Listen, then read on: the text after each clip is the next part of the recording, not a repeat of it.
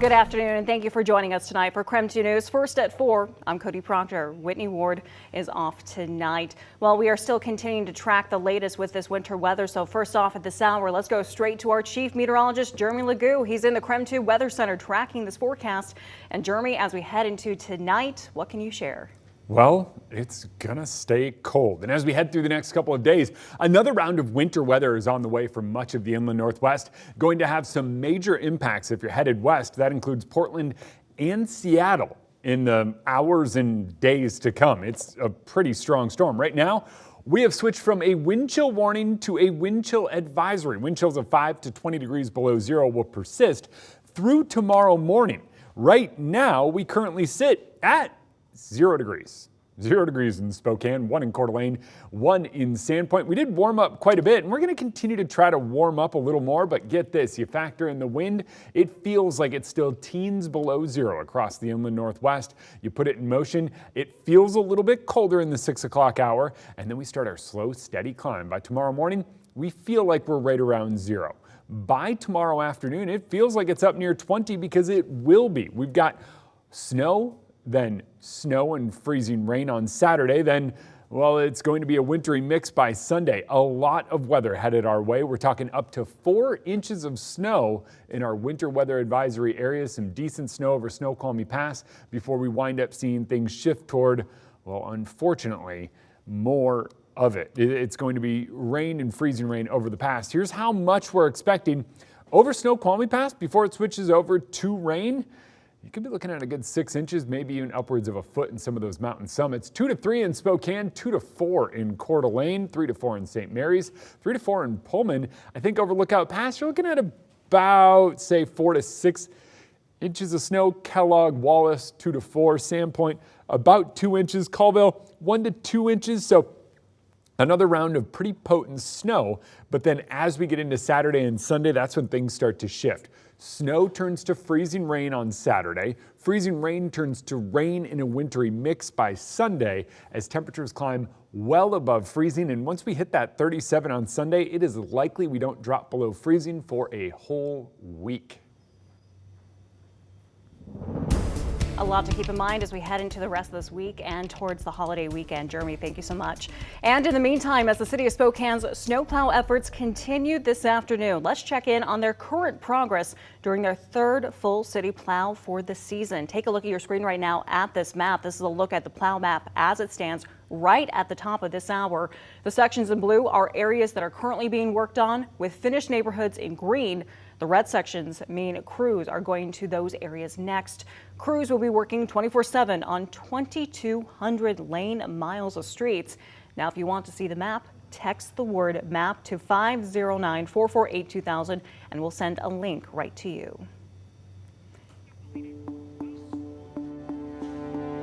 And in the meantime, we are continuing to keep track of what is happening with conditions, not only here in our neighborhood, but also up in the mountain passes. So right now, the passes and the Cascades are expected to get slammed with heavy snow this week. So let's take a live look right now at Snoqualmie Pass at the start of this hour. Snoqualmie Pass reopened after it was closed earlier in both directions. Right now, the Washington State Department of Transportation is advising traction tires be used in both directions. But take a look at this. Earlier today, the pass closed after multiple spinouts and poor weather conditions. That closure stretched all the way from Ellensburg through North Bend. Washington State Patrol shared photos of that crash near North Bend that blocked traffic. You can see how many vehicles were involved in it. And it also involved semi-trucks as well. A WSP car was also hit. Firefighters say no serious injuries were reported.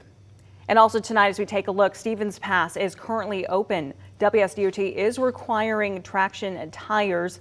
Any oversized vehicles are prohibited at this hour.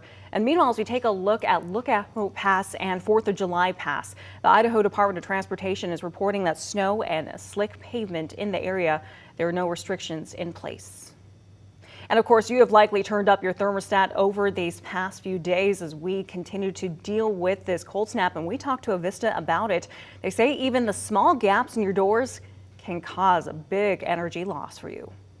So a great guideline we use is if you can see daylight around your door, if you were to, calculate the size of that hole, just by being able to see the daylight, it's about the size of a softball in hole size, hole in your wall. So that'd be like having a big hole in your wall that's just open to the outside. And because of that, Avista says cover gaps with door snakes. Be sure to also close the drapes and the blinds and cover windows with plastic. You can start making choices about what temperature to keep the house at and or what rooms to heat.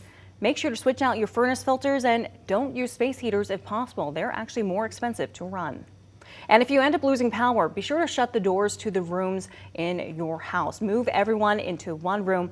Body heat will actually help keep people warm. And if you have a natural gas water heater, you'll still have hot water. You can also fill bottles with hot water to help keep you warm as well. And don't start burning things in your house unless you have a functioning fireplace. And if you do end up going outside, here are some pro tips to dealing with this weather. Remember, any exposed skin is at risk of frostbite anywhere between 5 and 30 minutes, depending on just how cold it is outside. Now, the most important thing to remember is dressing in layers and covering up exposed areas as much as you can.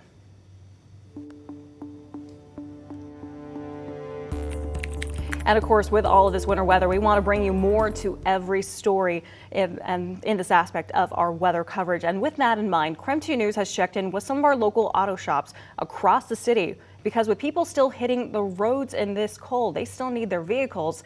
And those auto body shops say the frigid weather has slammed them with plenty of business. We go now to KREM 2's Shannon Mowdy. She's joining us live with what you need to know to keep your car or truck road ready. Shannon?